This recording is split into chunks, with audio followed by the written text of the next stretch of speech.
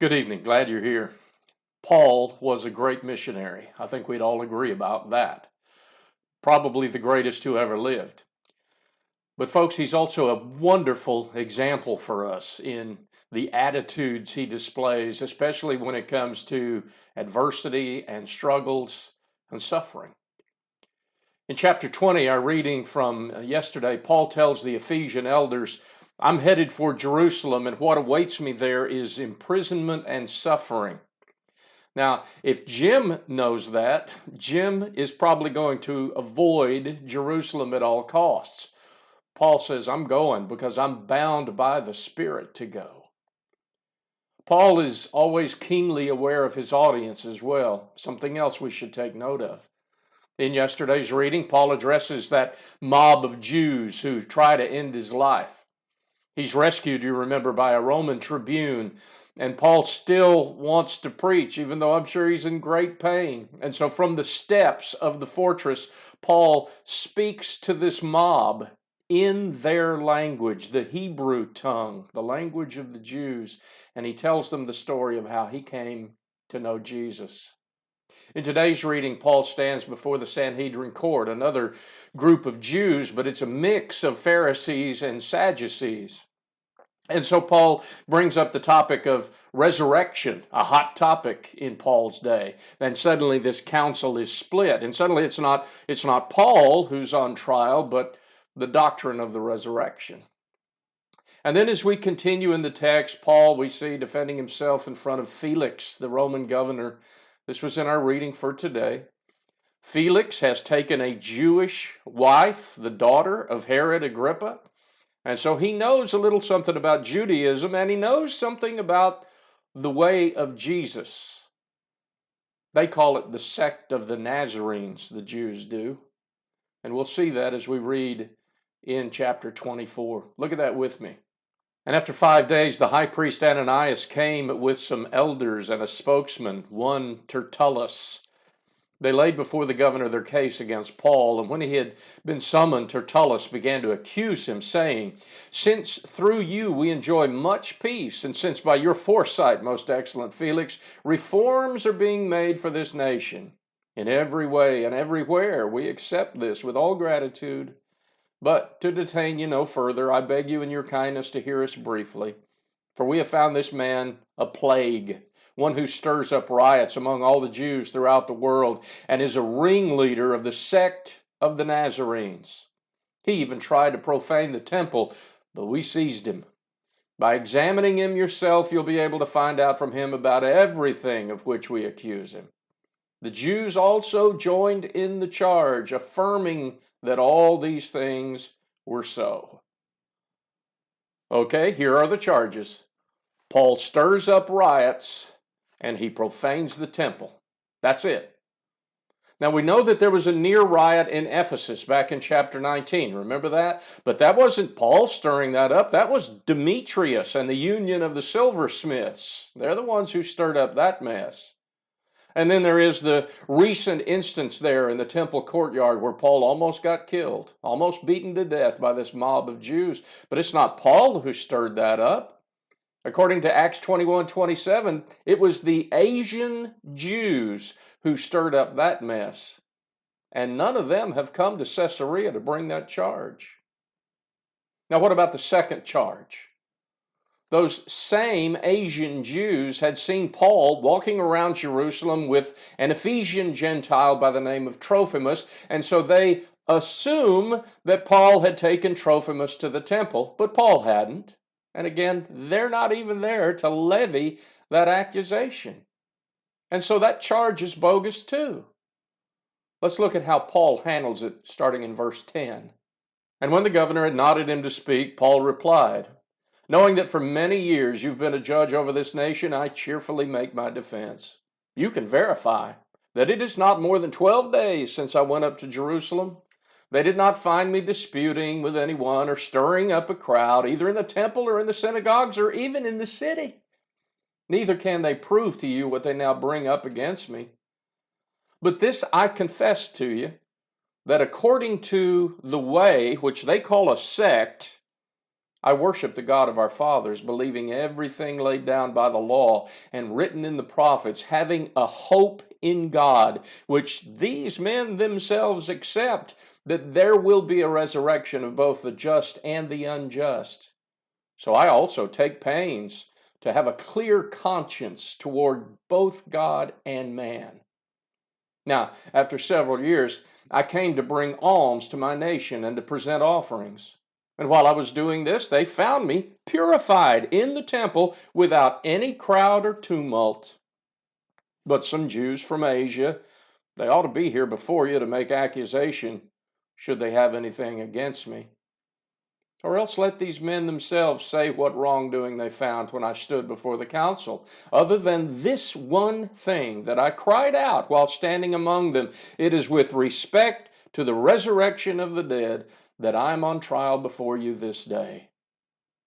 But Felix, having a rather accurate knowledge of the way, put them off, saying, "When Lysias the tribune comes down, I will decide your case." Then he gave orders to the centurion that he should be kept in custody, but have some liberty, and that none of his friends should be prevented from attending to his needs. Two things I want us to think about tonight. First of all, notice that Paul's always prepared to offer a defense about what he's doing for Jesus. In this past week's Wednesday night class, Ryan Campbell introduced us to a Greek word, apologia. That's the word at the end of verse 10 here in our text, translated as defense. Paul makes his defense. And how does he do it? Joyfully, cheerfully. Why? Because he knows truth is on his side. He knows that God is on his side. And one by one, the accusations of the Jews are refuted, and that gives Paul then an opportunity to talk about the resurrection of the dead. He says, "Felix, that's really why I'm here today, is my faith, my trust that one day the dead will be resurrected." And by the way, Felix, there are people here among my accusers who believe the exact same thing. Well, Felix can see that Paul is innocent of the charges. Paul's defense is impeccable, and yet he keeps Paul in prison, we find out at the end of the chapter, simply because he wants to appease the Jews. Here's my question for us. How prepared are we to offer a defense of what we believe? The hot topic of Jesus' day was resurrection.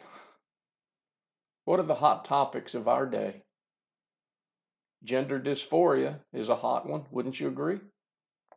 Race relations, abortion, corruption, homosexuality. And too often we see these as political issues, which they are, but we need to see them as matters of right and wrong, and to be prepared to talk about them as such.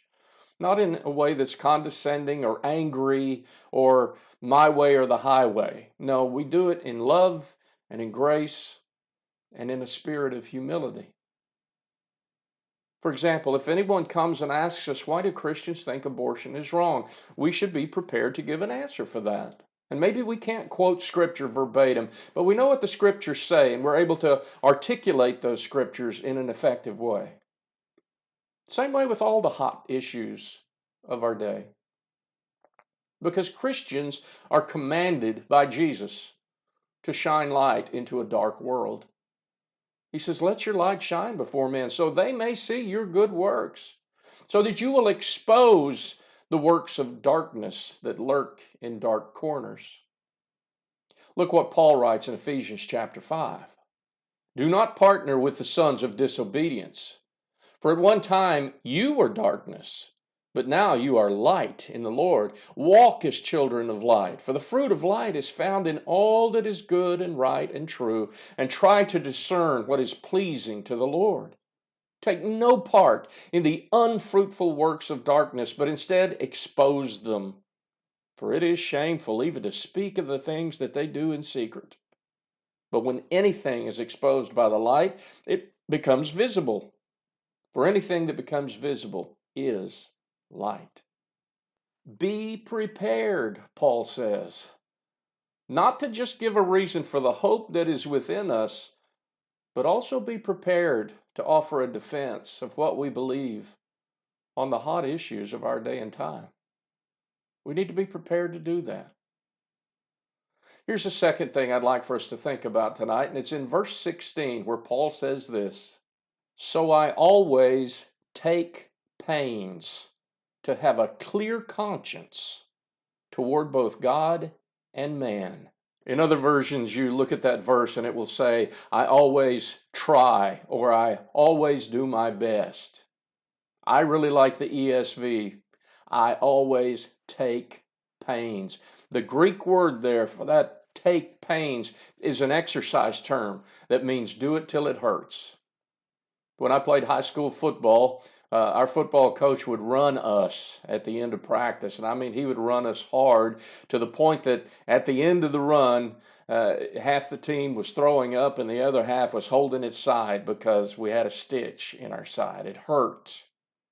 We had been pushed to the limit and we were in pain as a result. And the reason the coach did that is because he wanted in the fourth quarter for us to have something left in the tank, right? That's kind of what Paul is talking about here regarding a clear conscience before God and before man. Paul goes to great pains to be a blameless spokesperson for God. And he speaks not just with his words, but with his life. Notice that the Jews brought a lawyer with them, Tertullus. And you know they're only going to bring the best. He makes his charges, and then Paul, a very skilled orator, picks them off like he's at a carnival shooting gallery. But see, Paul doesn't just talk his way out of things. He gives concrete examples of his own blameless behavior.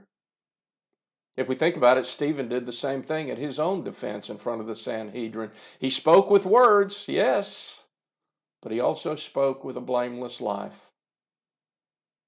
What a challenge it is for us today to be seen by the world as blameless people. Because you know, our worldview, the Christian worldview, which used to be the foundation for goodness in our culture, is no longer that way. Our world says, I've got my truth, you have yours, there are no moral absolutes, and who are you to tell me what to do anyway?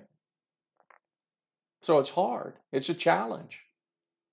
But like Paul, we take great pains to live godly lives so that the advantages of godly living can be evident to all. And when they see godly lives, it becomes much easier to talk about it. So many examples of how ungodly living affects health and mental well-being. Sins like drunkenness and drug abuse, homosexuality, pornography, adultery, and really just sin in general has an effect on the people who practice those things. Their health deteriorates, their relationships deteriorate, and ultimately lives are destroyed. See, we have to be prepared and willing to shine the light of truth on those things. Certainly by our words, but more importantly, by our lives. We can't just talk a better way. We have to live a better way, show a better way. Because if our lives are not godly, then our words are not going to matter. Nobody's going to want to listen to us if we're not practicing what we preach. And that doesn't mean we don't mess up. We all will mess up. But the godly person confesses the sin and then turns back to God. We are not people who practice sin. We practice righteousness. As John would say, we walk in the light. We don't walk in darkness. And so may we take great pains to ensure that we stand before God and before others with a clean conscience, so that our defense of the gospel and our defense of Christianity can be heard. What a challenge. Put it into practice this week. Have a great week in service to God and in service to others.